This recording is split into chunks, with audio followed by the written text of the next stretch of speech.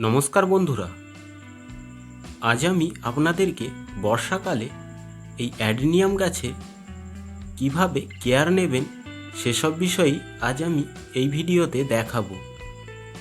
যেমন আমাদের অ্যাডেনিয়াম গাছগুলিতে এই বর্ষাকালে পাতাগুলি হলুদ হয়ে যায়, তার সাথে যে সকল কুঁড়িগুলি আসে ডগগুলি ছোপ ছোপ দাগ হয়ে যায় কিংবা চুঁয়াটে ভাব এসে যায়।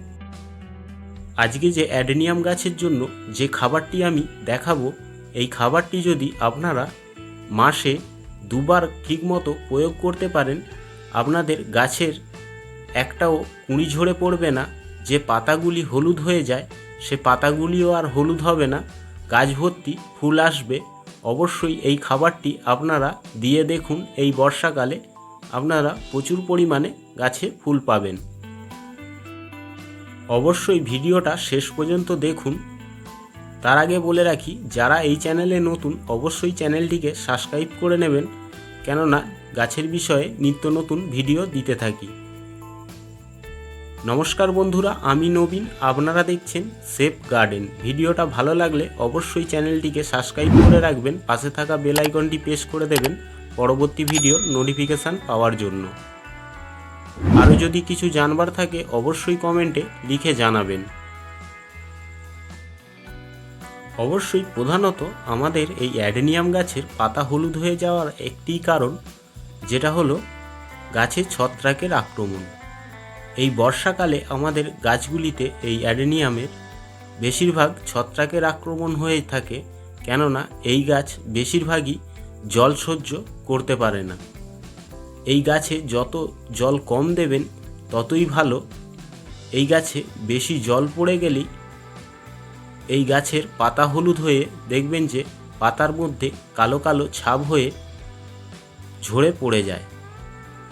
অবশ্যই আপনারা একটু চেষ্টা করবেন যে এই বর্ষাকালে সপ্তাহে একবার করে যে কোনো একটি ফাঙ্গিসাইড গাছের মধ্যে স্প্রে করার। সপ্তাহে না পারলেও 15 দিন অন্তর একবার করে গাছেতে যে কোনো ফাঙ্গিসাইড স্প্রে করবেন।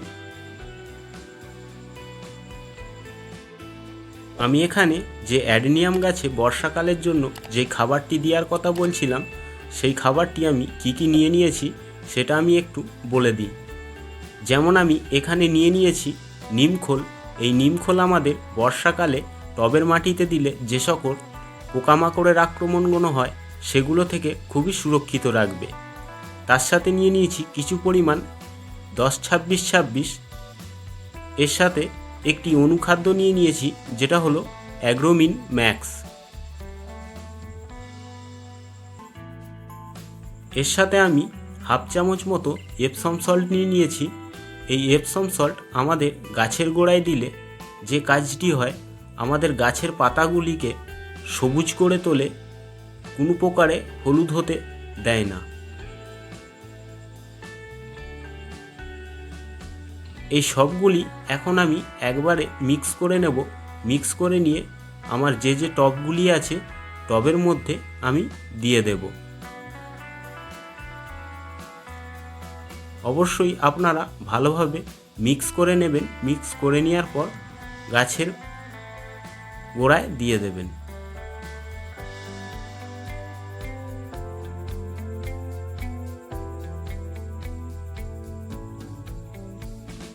এখন যেহেতু বর্ষাকাল চলছে, এখন আমাদের টবের মাটিকে বেশি খুচলানো চলবে না, আমাদের এই সারকে ওপরেই প্রয়োগ করে দিতে হবে।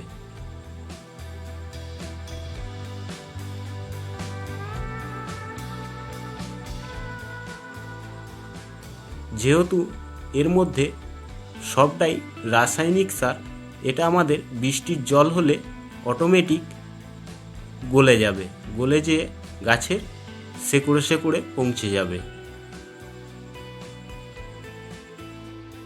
আমি এখানে এক এক করে প্রত্যেকটা গাছেতেই এই সারটি দিয়ে দেব। আমি এখানে 1 চামচের খুবই কম পরিমাণে এই সারটি গাছের গোড়ায় প্রয়োগ করছি, কেননা এটাকে আমাদের 15 দিন অন্তর একবার করে যেহেতু প্রয়োগ করতে হবে, খুব বেশি দিলে চলবে না। যেহেতু এটা একটি রাসায়নিক সার, আমরা এখন গাছের গোড়ায় বেশি পরিমাণে প্রয়োগ করব না। অবশ্যই ভিডিওটা ভালো লাগলে একটি লাইক করে দিয়ে যাবেন, চ্যানেলটিকে সাবস্ক্রাইব করে রাখতে ভুলবেন না, পাশে থাকা বেল আইকনটি প্রেস করে দেবেন পরবর্তী ভিডিওর নোটিফিকেশান পাওয়ার জন্য।